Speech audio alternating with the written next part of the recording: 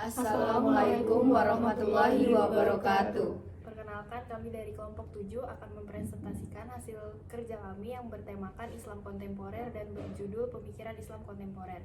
Selanjutnya perkenalan dari saya, Diah Aprili Retani Tias dengan NIM 22613171 dari Fakultas Matematika dan Ilmu Pengetahuan Alam jurusan Farmasi. Saya Dora Maharani Pratiwi dengan NIM 22613217 dari Fakultas Matematika dan Ilmu Pengetahuan Alam, jurusan Farmasi. Nama saya Desi Aprilia dengan NIM 223111392 dari Fakultas Bisnis dan Ekonomika, jurusan Manajemen. Saya Mutriatus Safira dengan NIM 22522331 Fakultas Teknik Industri, jurusan Teknik Industri. Saya Faiz Narema Pratama dengan NIM 22323008 dari Fakultas Psikologi Sosial Budaya, jurusan Hubungan Internasional. Saya Audio Turimesa dengan NIM 22321180 Fakultas Psikologi dan Ilmu Sosial Budaya, jurusan Ilmu Komunikasi. Dan saya Eka Afridia Putri dengan NIM 22323202 Fakultas Psikologi Sosial Budaya, Prodi Hubungan Internasional. Oke, yang pertama saya akan membahas tentang pengertian Islam kontemporer. Pengertian Islam secara bahasa artinya damai, selamat, tunduk, dan bersih. Kata Islam terbentuk dari 3 huruf yaitu Sim, Lam, dan Mim yang bermakna dasar selamat. Sedangkan kontemporer artinya waktu ke waktu. Menurut istilah, Islam kontemporer adalah gagasan untuk mengkaji Islam sebagai pilihan baik dalam pandangan interpretasi tertulis maupun kajian tidak tertulis mengenai kemampuan Islam memberikan solusi baru kepada temuan-temuan di semua pandangan kehidupan dari masa lampau hingga masa sekarang. Selanjutnya yaitu ciri-ciri munculnya pemikiran Islam kontemporer. Yang pertama yaitu keterbukaan terhadap perkembangan zaman. Pemikiran Islam kontemporer cenderung bersifat inklusif dan terbuka terhadap perkembangan zaman. Para pemikir mencoba untuk merumuskan pandangan Islam yang relevan dengan isu-isu modern dan tantangan kontemporer. Yang kedua, perhatian pada isu sosial. Pemikiran Islam kontemporer cenderung memberikan perhatian yang besar pada isu-isu sosial dan kemanusiaan seperti kemiskinan, keadilan sosial, lingkungan hidup, dan hak asasi manusia. Yang ketiga yaitu keterbukaan pada pendekatan ijtihad. Ijtihad yaitu upaya untuk menggali hukum Islam dari sumber-sumber primer seperti Al-Quran dan Hadis, dilihat sebagai sarana penting untuk menghadapi isu-isu kontemporer. Pemikiran Islam kontemporer sering mendorong kembali keterbukaan kepada ijtihad. Latar belakang munculnya pemikiran kontemporer. Dalam sejarahnya, keilmuan Islam telah mengalami berbagai proses sedemikian rupa sehingga memunculkan disiplin ilmu dari berbagai kajian pendekatan. Perkembangan keilmuan Islam telah diwarnai dengan realitas yang berpengaruh dan dipengaruhi oleh perubahan zaman hingga zaman modernisasi saat ini. Studi tentang keislaman kontemporer terjadi akibat sentuhan tradisional dan modernitas yang berasal dari Barat. Oleh karena itu, gerakan kebangkitan Islam tidak hanya negara Arab, tetapi negara yang mayoritas Islam juga menemukan pembaharuan Islam kontemporer. Munculnya perbedaan pendapat menjadi kajian Islam kontemporer yang menggabungkan dua hal, yaitu keilmuan Islam yang telah ada dari dahulunya dengan modernitas. Hingga Islam tidak hanya memunculkan disiplin ilmu yang bersifat normatif seperti ilmu kalam, tasawuf, fikih, usul fikih, dan lainnya. Akan tetapi juga mampu menghadapi berbagai problematika kontemporer seperti permasalahan gender, hak asasi manusia, pluralisme, dan lainnya. Di sini saya akan menjelaskan tentang model pemikiran kontemporer. Yang pertama yaitu fundamentalis, yaitu model pemikiran yang sepenuhnya percaya pada doktrin Islam sebagai satu-satunya alternatif bagi kebangkitan Islam dan manusia. Yang kedua adalah tradisionalis atau salaf, yaitu model pemikiran yang berusaha berpegang pada tradisi-tradisi yang telah mapan. Bagi mereka, segala persoalan umat telah diselesaikan secara tuntas oleh ulama terdahulu. Perbedaan kelompok ini dengan fundamentalis terletak pada penerimaannya pada tradisi.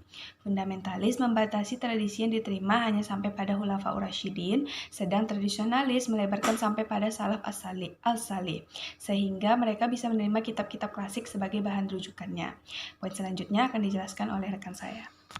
Di sini Tiga, reformis yaitu model pemikiran yang berusaha mengrekonstruksi ulang warisan budaya Islam dengan cara memberi tafsiran baru. Menurut mereka, Islam telah mempunyai tradisi yang bagus dan mapan.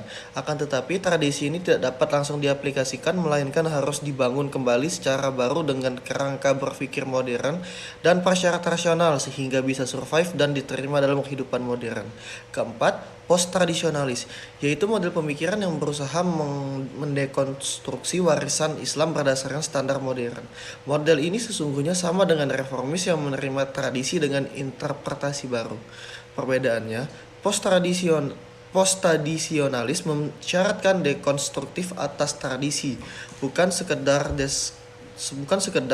konstruktif, sehingga yang absolut menjadi relatif dan yang ahistoris menjadi historis. Yang kelima, modernis, yaitu model pemikiran yang hanya mengakui sifat rasional ilmiah dan menolak kecenderungan mistik. Menurutnya, tradisi masa lalu sudah tidak relevan, sehingga harus ditinggalkan. Karakter utama gerakannya adalah keharusan berpikir kritis dalam soal keagamaan dan kemasyarakatan. Selanjutnya adalah dampak positif pemikiran Islam kontemporer. Yang pertama, dialog antar agama dan kerukunan. Ini telah membantu mendorong pemahaman dan toleransi antara komunitas agama yang berbeda serta memperkuat perdamaian dan kerukunan dalam masyarakat yang multikultural. Yang kedua adalah pengembangan ilmu pengetahuan. Pemikiran Islam kontemporer telah mendorong umat muslim untuk berkontribusi dalam bidang ilmu pengetahuan dan teknologi, mempromosikan pendekatan ilmiah dalam memahami dunia, dan mengembangkan keunggulan dalam bidang ilmu pengetahuan. Yang ketiga yaitu keadilan sosial. Pemikiran Islam kontemporer telah menyoroti isu-isu keadilan sosial dan kemiskinan, serta menekankan perlunya membantu kelompok-kelompok yang terpinggirkan dalam masyarakat. Yang keempat yaitu pemberdayaan ekonomi. Pemikiran Islam kontemporer telah menyuarakan model ekonomi Islam yang berfokus pada pengentasan kemiskinan, distribusi kekayaan yang adil, dan tanggung jawab sosial dalam sistem ekonomi. Yang terakhir yaitu harmonisasi Islam dan modernisasi. Pemikiran Islam kontemporer mencoba mencari keseimbangan antara nilai Islam yang abadi dengan tuntutan dan realitas masyarakat modern. Ini membantu umat muslim dalam menghadapi tantangan zaman sekarang dengan perspektif Islam yang relevan. Selanjutnya saya akan membahas mengenai dampak negatif dari pemikiran Islam kontemporer.